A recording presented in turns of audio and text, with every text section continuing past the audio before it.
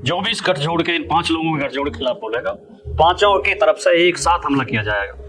ये इस देश में चल रहा है। इस गठजोड़ को अगर आप समझ सकते हो, इस गठजोड़ के षड्यंत्र को अगर आप समझ सकते हो और ये समझ सकते हो कि ये 90% लोगों के खिलाफ 10% लोगों को गठजोड़ है, इसे 5 लोग इसे लीड कर रहे हैं, ये 5 लोगों के स्वार्थ केवल पूरे हो रहे हैं। बाकी जनता जाओ भाड़ में, गरीब जाओ भाड़ में, शोषित जाओ भाड़ में, पिछड़े जाओ भाड़ में, दलित जाओ भाड़ में, महिलाएं छात्र जाओ कहीं, अल्पसंख्यक का रोज अपमान हो, रोज उनके ऊपर हमले हों, लेकिन इन 5 लोगों की मौज है। और इन 5 लोगों का जो 100 आदमी का परिवार है उसकी मौज है। बाकी 900 लोग दुखी हैं, परेशान हैं, उजड़े हुए हैं, बर्बाद हैं। इस गठजोड़ को समझने की जरूरत है और इस गठजोड़ को तोड़ने की जरूरत है।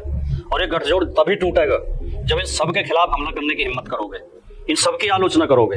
अगर ये बैठ के ये सोच के बैठे रहे कि पुरोहित के खिलाफ बोलेंगे तो हम सनातन विरोधी हो जाएंगे, ये धर्म नहीं है, ये धंधा है। असली धार्मिक लोगों की सम्मान करो, धर्म पुरुषों का सम्मान करो, धार्मिक संतों का सम्मान करो, जो आध्यात्मिक पुरुष हैं, जो धर्म की शिक्षा देते हैं। वो राजनीति नहीं करते, वो राजनीतिक बातें नहीं करते, वो किसी पार्टी का समर्थन विरोध नहीं करते, उन्हें राजनीति से कोई लेना देना नहीं है, वो अपने धर्म के कार्य में लगे रहते हैं। तो उन आध्यात्मिक पुरुषों का, उन दार्शनिक पुरुषों का, उन विद्वान लोगों का, उन महापुरुषों का, उन भक्तों का, उन संतों का सम्मान करो।